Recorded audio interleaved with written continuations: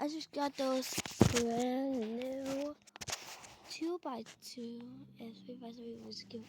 Here's how it went. First, it's the 2x2.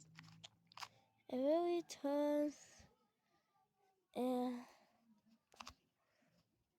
then a good corner cut. Well, somehow I forgot the 3x3. And this is a 3x3 Rubik's Cube. It turns a lot even better than the other Rubik's Cube. Bye guys, thanks for watching. Hoping you enjoy my 2x2 and 3x3 Rubik's Cube. Thanks for watching. Bye.